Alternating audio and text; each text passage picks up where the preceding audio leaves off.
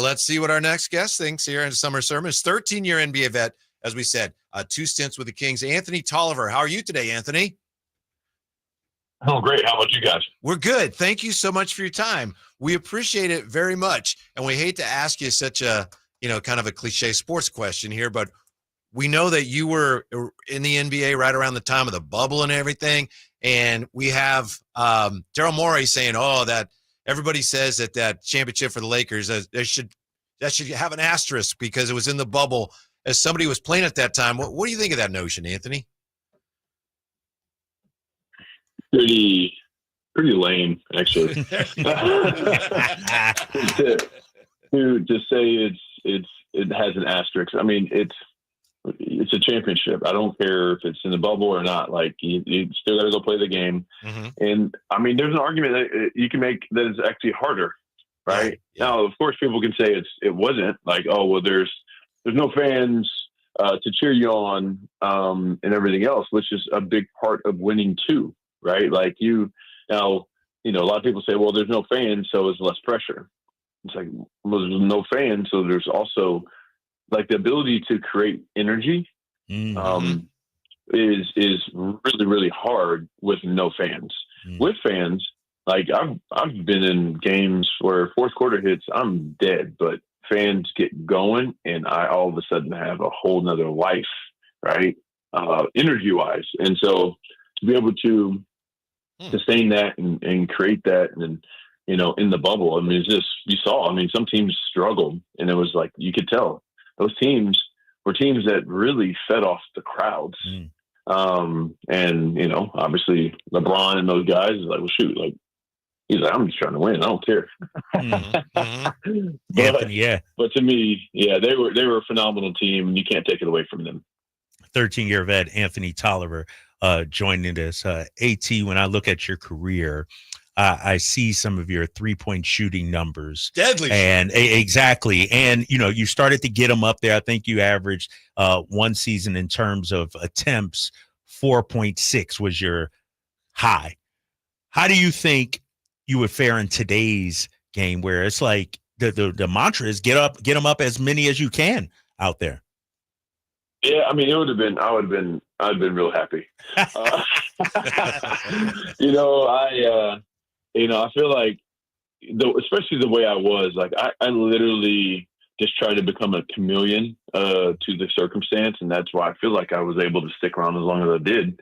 I was just like, hey, whatever I need to do to stick, whatever I need to do to get another job, like that's what I'm going to do. And so in today's world, a lot of these guys in today's game, I would say on average, right, have more ball handling skills on average. I wouldn't say necessarily are better shooters. They just shoot a lot more, right? Percentage wise and efficiency wise, I can't really say that they're way better shooters than, my generation or whatever, but they just shoot a lot more of those threes. And so, for me, I'm like, people, I've had people make comments like, oh man, you would have made 3 times more money, 5 times more money in today's world if you had the same skill set and doing the same things. I was like, yeah. I said, but the guys 10 years or 15 years before me said the same thing, right? Like, right. It's just a part of it, right? You come when you come to the league and you get a chance to, take advantage of whatever you can at the time. And, I'm 40 years old now, so there's no going back. So I wish there was. Shoot, them contracts are crazy, but at the end of the day, it's like, hey man, I'm on to the next things. Yeah. Speaking of that, Anthony Tolliver with us, and I saw you speaking about this on a podcast.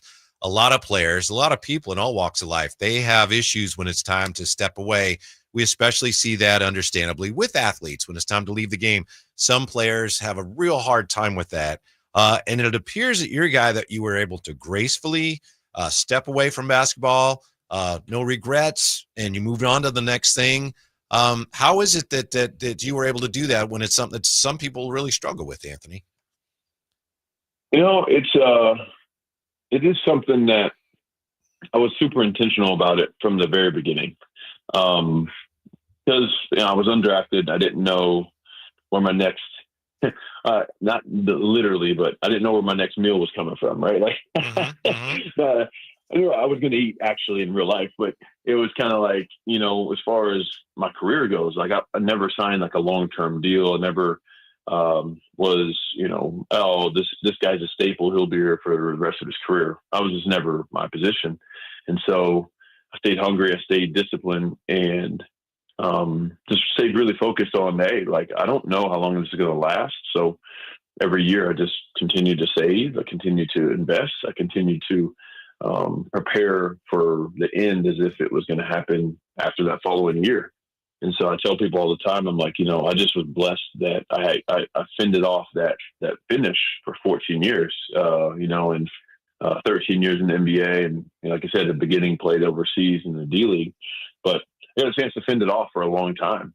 And so for me, it just became a part of my lifestyle. It was no longer hey, I'm not being intentional with preparing for the end. It's just now that's just how I live my life. Like I don't spend a bunch of money. I don't, I sometimes I have to not invest. Like I have to stop investing so much, Wow. because I got used to it, and so I got used to not spending, and I got used to investing. I got used to saving and building and growing. And I'm like, man, I have to enjoy it more. I have to do more things and travel and do things that for my family and stuff like that more. Right. And so, like I said, it just became a lifestyle for me, and it's just something I can sustain for hopefully forever. It sounds almost Zen, like you were just living in the moment.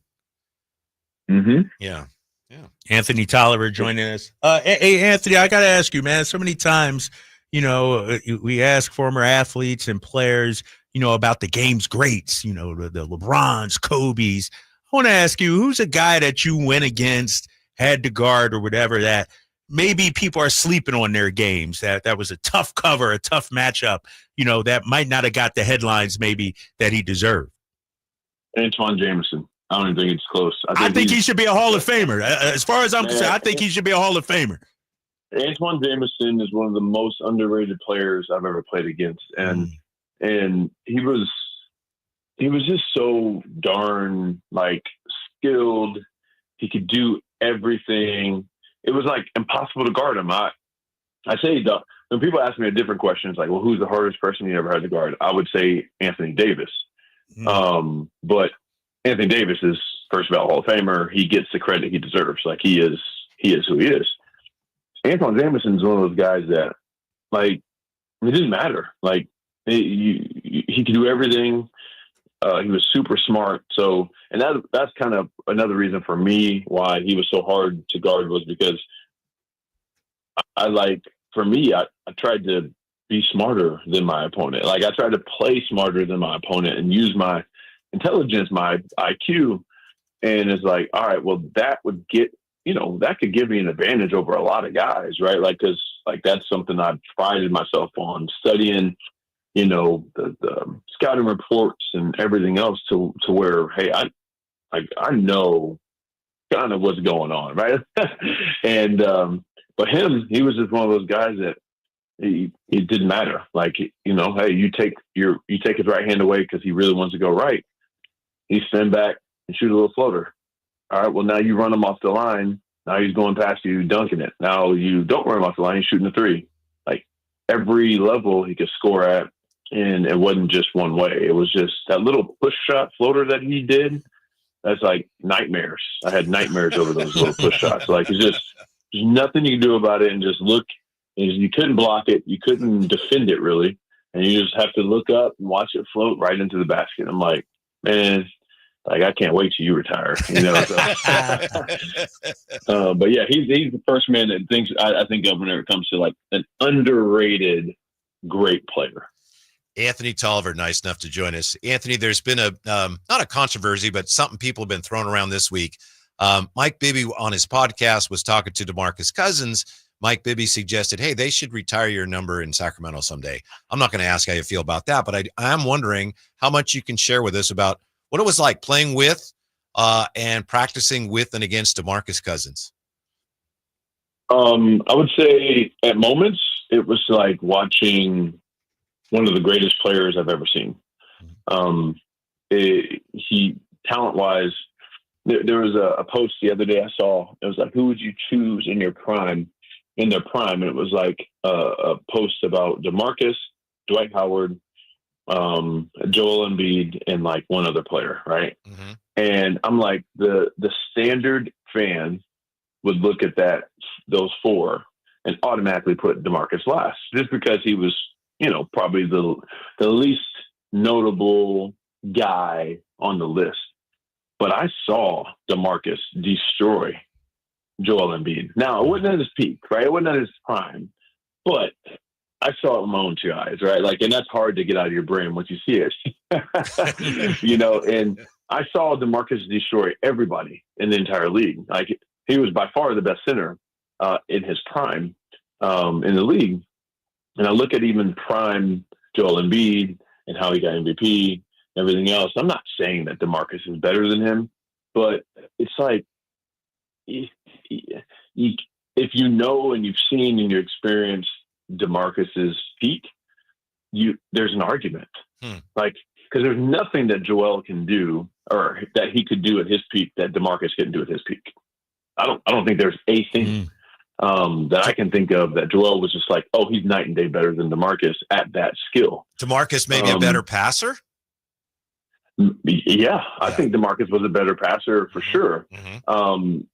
There's argument that he's a better shooter, right? I don't know percentage-wise. That's something we could easily chat GPT, right? But it's something you can easily look up and see, like, hey, what was their efficiency? And it's like, how many attempts was it as well, right? Was Joel shooting 1 a game and DeMarcus 4? It's like, well, that makes a big difference too. But to me, it's like playing with him. It was like, man, watching him on a daily basis. It was, it was like you're watching greatness. Now, unfortunately, he wasn't able to sustain that for a very long, like a super long period of time, which I think would have solidified him as a great. But his peak was just as good as anybody's I've ever seen. Wow. Ooh, Anthony Tolliver joining us. Hey, T, when I look at your career, I think, 10, 11 teams. We just signed a guy, traded for a guy in Dennis Schroeder that sort of, bounced around. And some people, criticize him, you hold that against them. When you look at a guy that's able to stick in the league, 13 years like yourself, Dennis Schroeder, no matter who you play for, do you look at that as a badge of honor? And I choose to look at that as a badge of honor because I was one of those guys. So I do keynote speeches around the country, right? And I talk to people about that, where, hey, 11 teams, which is tied for like third all time, which is, when there's Ishmith is number 1, and there's like the cluster of guys at like number 2, like 5 guys at number 2. And then there's a cluster of like 6 or 7 or 8 of us at number 3. And so I say all the time, I'm like, well, you could look at that like no one wants him or everybody wants him, right? And I choose the second one because I'm like, every time I was out on the streets or didn't have a job, guess what? I got another job. So somebody wanted me. And so I look at like Dennis. I mean, he's a proven guy, right? He's not. There's no need to prove anything to any fan on the planet to say, oh, it's like, why can't he stick? Or, oh, we got another journeyman. It's like, no, bro, like that.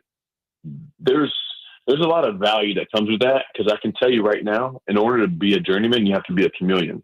Like I said earlier, like that's who I became. Was like, I got to just be able to fit in wherever I can get in, right? Like wherever I'm at, like I'm going to be a player that fits right into a gap that is needed for this team. So guaranteed, he's going to come in and fill a role that is needed, because that's what happens organically whenever you are a journeyman. Unless you don't want to play. If you want to get on the court, you're just going to do whatever the coach tells you to do. You're going to do whatever you can, right, to get on the court. And that to me is the ultimate team player. Like, why would you not want a guy like that? You want a guy that can fill a gap, or any gap that's needed. And those types of guys are guys like Dennis and guys like, where I was playing like myself. Anthony Tolliver with us. And I know, Anthony, when you were here, you played with Garrett Temple. And one of the most impressive things about anything you did off the floor is something that I believe you did with Garrett Temple and Malcolm Brogdon and a couple other players. Could you tell us about Hoops 2.0 and the wells that you guys got together, raised money for, that were actually built in, I think it was East Africa. Didn't you guys end up raising more money and building more wells than you originally intended to?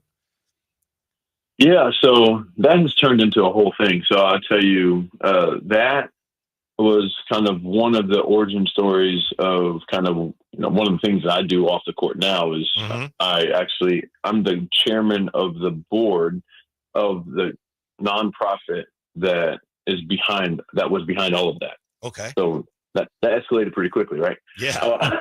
Good for you. So it's called World Serve International. And so at the time I was donating money because it was a great cause, but yeah, I mean, we use our platforms to be able to raise money for underserved communities in mainly sub-Saharan Africa. So World Serve digs borehole wells in a lot of communities that have water scarcity, and really they've done a great job of creating a model where doing them not only just like in random places in a village, but actually right at the school. Right. Mm-hmm. A lot of the times kids go to school. Well, a lot of times they skip school because they have to go get water for the family. Mm. Well, now if the water is at the school, there's no excuse, right? There's no, hey, I can't go to school because I got to go get water. No, you go to school, and when you get done, you bring water home for the family. And so, so we started getting really strategic in where we place them. And, sometimes it takes a little while to kind of like see the statistics and see like the trend up, but I'm sure here in the next couple of years, we're going to be able to look back and see, attendance, right, is skyrocketed and stuff. So, yeah, so it started off there. I mean, really doing that with those guys, Malcolm, kind of led the charge. I went to Africa and saw the well that me and my wife sponsored. And it changed everything for me. I was like, oh, this is something I'm doing forever. And this is not a one and done. This is not like me and my kids, we're all going actually together to check out water wells. They raised over $66,000 for, to build a well themselves. Wow. And so we're going to go check out the well that they raised money for next summer. So this is a huge part of our family now and what we do and how we do it, and just kind of like, getting the kids involved. Like they did it voluntarily. I didn't force them to do that. But yeah, it really did start there though. Just like a seed was planted by Malcolm and those guys, and we just all came together to do something really cool. And now it's, something that I plan on probably doing for the rest of my life. That's incredible. That's great stuff. Yeah. Anthony Tolliver. Anthony, you grew up in Missouri. What was your basketball dream? Like when it was all said and done as a kid growing up, what were your biggest and wildest dreams? And when you look back at your career, not only on the court and like we just talked about, some of the impact you're having around the world, how does that measure up? Well, I'm a man of faith. And so I tell you what, like what I tell people all the time is, if it was up to me to imagine a life and imagine a career and imagine the things I've been able to do, and say, hey, like, what do you think is like realistic? What do you think can happen? What do you want to happen? I would have actually done myself a disservice compared to what has actually happened. I feel like God has opened up more doors and done more for, my life and done in my life than I couldn't imagine. Like when I was thinking about making it to the NBA, that was my wildest dream. I was like, if I make it for 1 year, right? If I can just make it to the NBA, that would be a dream come true. And if I could stick for 5, 8, even 10 years, like that would be a dream. And then 13 years later, right? It's just, it far exceeded all my wildest dreams. I dreamed of having 3 kids. I had 4. Dreamed of having a wife that was 5'9". She's 5'9". It's like literally everything I dreamed has come true. Now I know that that's not normal. Like I know I'm the exception to the rule, but goodness gracious, like I couldn't ask for any more. Like I really couldn't. Like I've been blessed beyond measure. That's tremendous. And by the way, Anthony Tolliver, we're going to get that information on how people, if they wanted to, can contribute to help build wells. We'll get that information out to people here, Anthony. But I wanted to ask you before we let you go, you were talking about the bubble and how crowds energized you at times in your career. And I know when you were here, those weren't the best Kings teams we've had, but we do have great fans here. I'm wondering what you remember about playing in front of the Sacramento fans here when you were playing for the Kings.